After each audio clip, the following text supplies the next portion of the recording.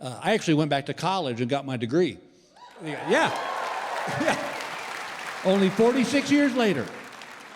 So if you got a kid on the 5-6 year plan, relax.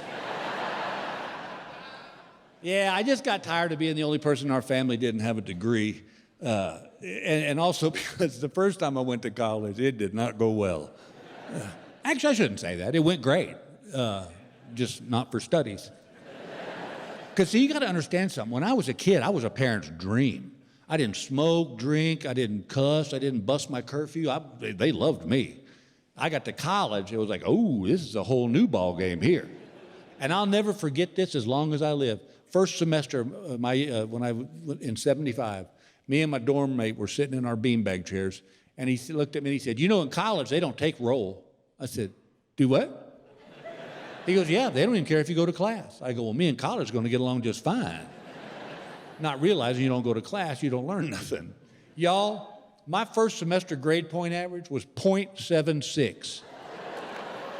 That's lower than dumb. Oh, and then I discovered women and beer, and studies went right out the window. So I dropped out. Well, now fast forward, my son was getting ready to go off to college, and I thought, you know what? This would be a good learning experience for him. So I sent off for my transcripts. And they came, and one morning we were having breakfast before he left to go off to college. And I slid that transcript across the table. I said, take a look at that, son. He goes, good God, Dad, .76? I said, that's right. I said, that's what happens when you don't go to class. I said, your only job for the next 4 years is just to go to class. Because if you'll just sit there, something will sink in. Apparently I was wrong. Because he didn't do too well his first semester, but then he got it together. Well, now fast forward again, I'm getting ready to re-enroll in Grand Canyon University down in Arizona, and I was going to get a degree in Christian studies. And I had to retake a lot of classes because I'd done so poorly in them the first time. And one of them was a college math class. Now, I'm going to tell you a story. You may not believe this, but I graduated high school with no math at all. Yeah, I think it's illegal now. But here's what happened. In junior high, we had algebra. I loved algebra. I don't know why it sat with me so well, but I just really enjoyed it. Well, then we got to high school, and we had geometry. And I hated geometry because of one thing. Remember proofs? Yeah, where you had to get the answer, but then you had to show how you got the answer. And my thought was, no. I got the answer, give me the damn credit. What do you care how I got it? What am I going to write down? Looked over my buddy's shoulder? I look at it this way. If you're a plumber and I hire you to fix my broken toilet, I don't care what steps you take to fix it, just get it flushing again. That's the way I looked at geometry. And if someone had just asked me, what's the problem? I'd have said, look, I don't understand it. I don't like it. Instead, the great state of Texas Board of Education decided that I had a learning disability. My senior year, they put me in a remedial math class where that was me and 6 other idiots sitting in a room with these gigantic headphones on, and this pre-recorded voice would go, 2 + 2 is...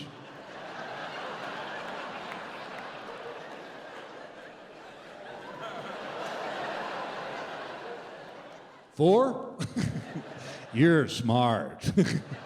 Well, hell, I aced that.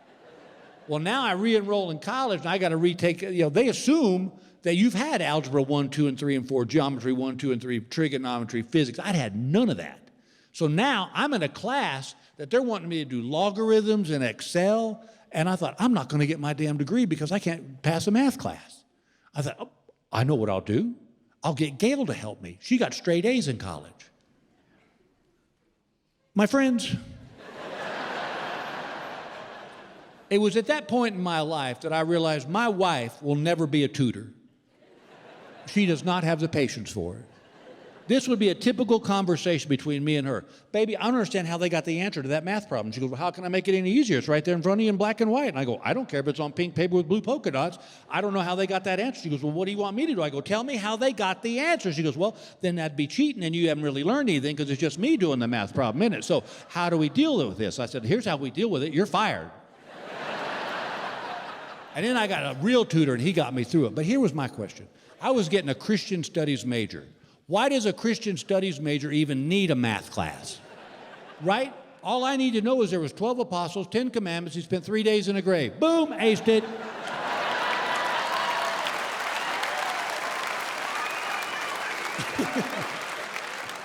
And I did the whole thing online for 2 reasons. 1, because I was still touring. But 2, I didn't want the other kids to know how old I was.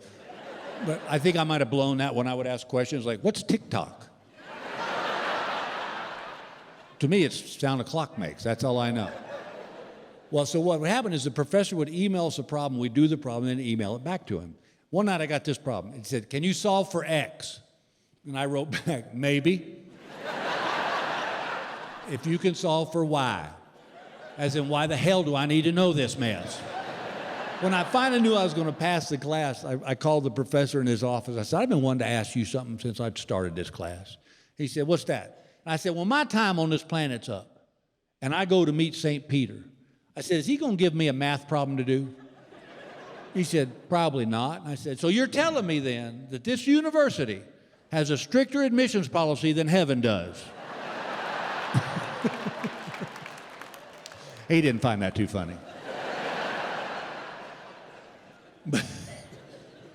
But to show you what an idiot I am, while I was still enrolled in college, the college classes, one night Gail and I were lying in bed, and I rolled over to her and I said, well, I guess you can tell your friends that you're sleeping with a college boy now. She goes, you know what, that's gross. And that right there, my friends, is the difference between men and women. Because there's a lot of reasons why at my age I would not sleep with a college girl. But I can tell you for a fact that gross ain't one of them.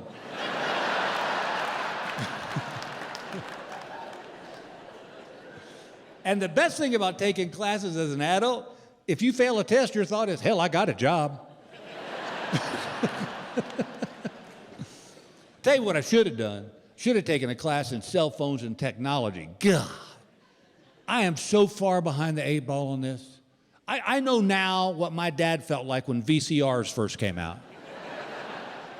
Would your parents do that? Just stare at it like, what's that blinking red light? That's the time. You have to set the time. I don't get it. That's me now. I'm telling you all the time. Like a buddy of mine called me. I was in this football pool, and he was the head of it, and he said, I'm going to Venmo you your money. I said, what? What the hell's Venmo? He goes, that's how I'm going to send you your money. I go, you might as well burn it, because I have no idea how to get it, so. I don't understand this stuff. The only technology that I really like, and it's amazing to me, is Uber. It's insane. It's magical. I could be anywhere in the world.